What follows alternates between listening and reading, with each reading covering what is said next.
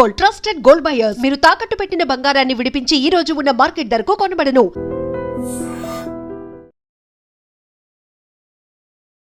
నమస్కారం, welcome to I dream. ధర్మ మార్గం విత్ విజిత కార్యక్రమానికి స్వాగతం.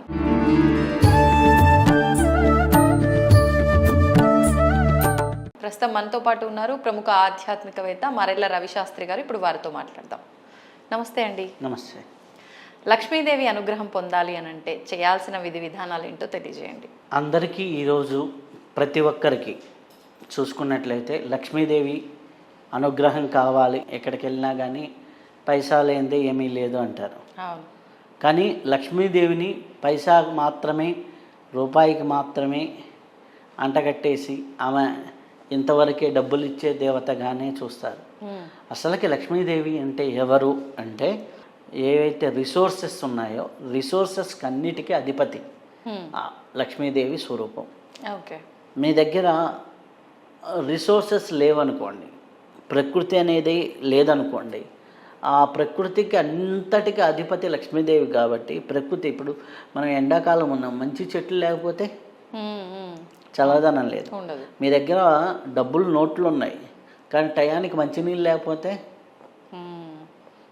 మంచినీళ్ళు కూడా నిన్ను కావడానికి, సరైన గాలి లేక ఎంతమంది ఇబ్బంది పడుతున్నారు, సరైన నీళ్ళు లేక ఎంతమంది ఇబ్బంది పడుతున్నారు, సరైన వాతావరణం లేక ఎంతమంది ఇబ్బంది పడుతున్నారు. ఎక్కువ చలి ఉన్న ఇబ్బందే, ఎక్కువ వేడి ఉన్న ఇబ్బందే. స్థితి అనేది ఎప్పుడు ఉండాలి. ఆ స్థితి కోసమే మనిషి ఎప్పుడు ప్రయత్నిస్తూ ఉంటాడు. బయట ఎండ ఉంటే లోపల మనం ఏసీ పెట్టుకుంటాం, లోపల బయట ఎక్కువ కూల్ ఉంటే లోపల హీటర్లు పెట్టుకుంటాం. ఈ ప్రకృతి ఏదైతే ప్రకృతి సహజ సిద్ధంగా జీవించడమే లక్ష్మీతత్వం అంటే.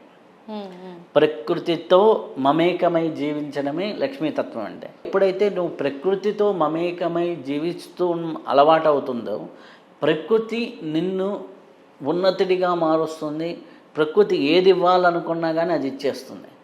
దీనికి సింపుల్గా మా గురువుగారు ఒకటి చెప్పేవాడు, ప్రకృతి ఇవ్వాలనుకుంటే నిన్ను కోటీశ్వరుడు చేయాలంటే ఎంతసేపు రా, ఇంత భూమిలో ఎంతమందికి ఎన్ని డైమండ్స్ ఇస్తుంది. ఒక డైమండ్ నీ రోడ్డు మీద పోతుంటే గాల్లో లేచి వచ్చింది అనుకోండి, దాంతోనే నీ జీవితం మారిపోతుంది. లేదా ఒక ఐడియాతో నీ జీవితం మారిపోతుంది. సో మనకి ఏదైతే రిసోర్సెస్ ఉన్నాయో ఆ రిసోర్సెస్ని బాగా ఉపయోగించుకోవడం, బాగా వాడుకోవడం అనేది ఇంపార్టెంట్.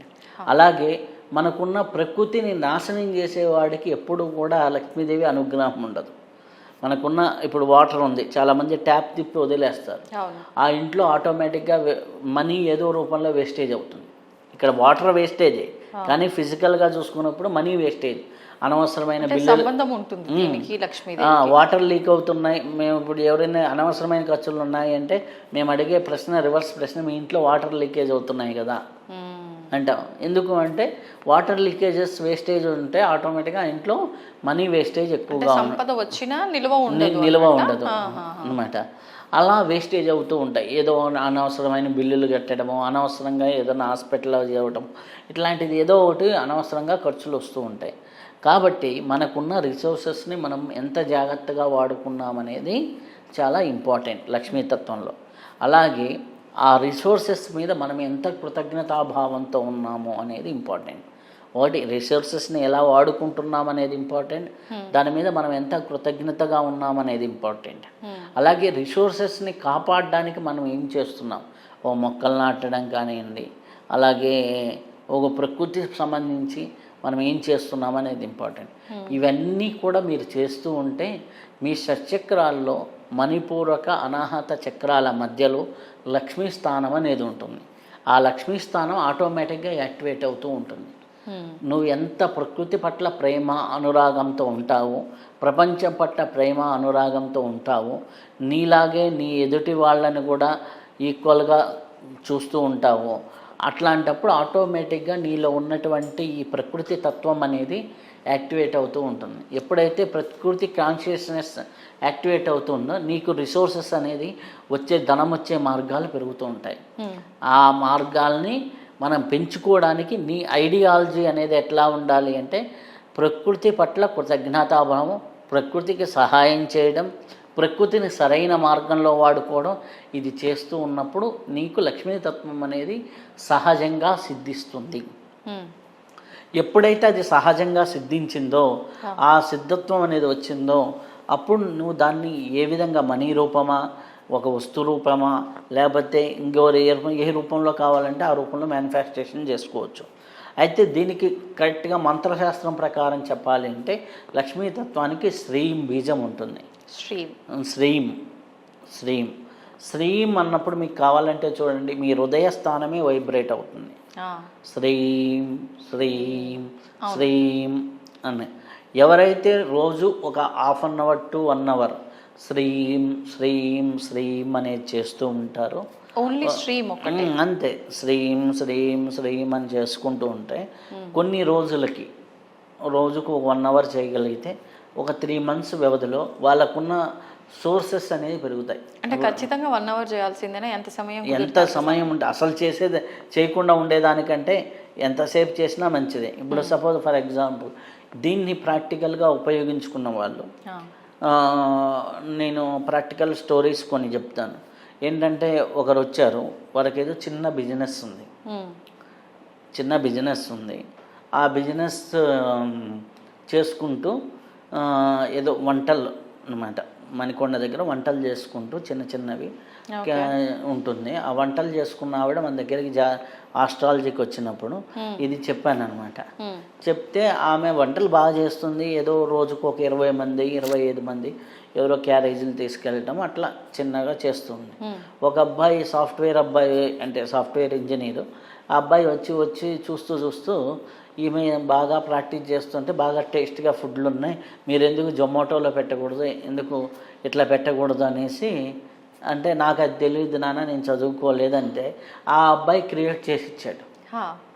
20 మందికి పెట్టే ఫుడ్ కాస్త ఈరోజు ప్రతి మధ్యాహ్నానికి ఆవిడ 400 to 500 మెంబర్స్కి సర్వ్, అంటే క్యారేజ్ రూపంలో. మళ్ళీ ఆమెకు హోటల్ ఏం లేదు, స్విగ్గీ జొమాటో ఇట్లాంటి వాటిల ద్వారా బాగా తీసుకెళ్తూ ఉంది అనమాట. క్రేజ్ అయింది.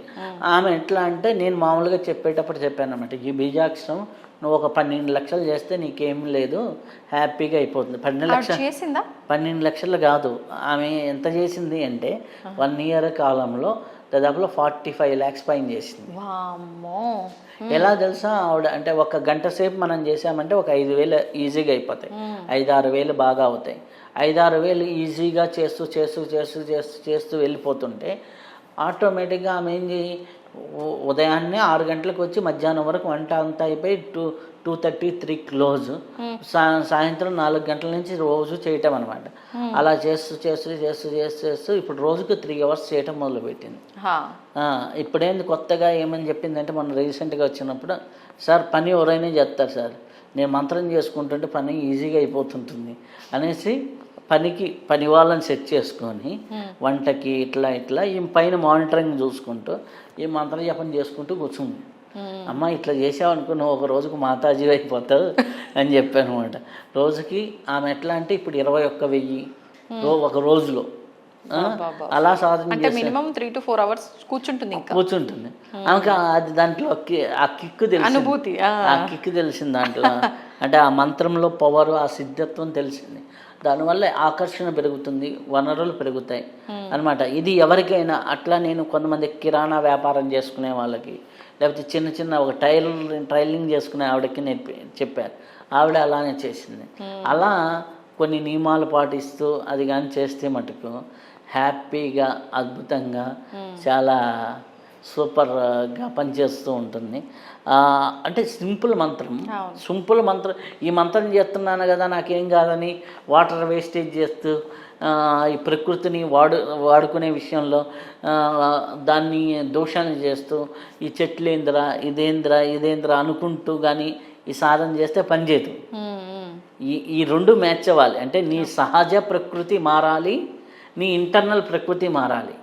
అప్పుడు నీకేమవుతుంది, ఇది మ్యాచ్ చేసి యూనివర్సు, నీ మంత్రము, నీ వైబ్రేషన్, ఈ 3 కలిసి నీ సబ్కాన్షియస్గా చేంజ్ చేస్తాయి. ఎప్పుడైతే సబ్కాన్షియస్గా చేంజ్ వచ్చేసిందో ఆటోమేటిక్గా నీ మ్యానుఫ్యాక్చరింగ్ లెవెల్లో మార్పులు జరుగుతాయి. సో ఆమెకి ఆ ధ్యాస అంటే ఆ దృష్టి కూడా కలగాలి కదా, అవును. ఆ ఇంట్రెస్ట్ కూడా కలగాలిగా. అందరికి ఇప్పుడు నేను ఇప్పుడు చెప్పాము, ఈ వీడియో చూసిన వాళ్ళు అందరూ చేస్తారంటే చేయరు అనమాట. సో చేసేవాళ్ళు చేసుకుంటే చేసుకున్న వాడికి చేసుకున్నంత మహాదేవా.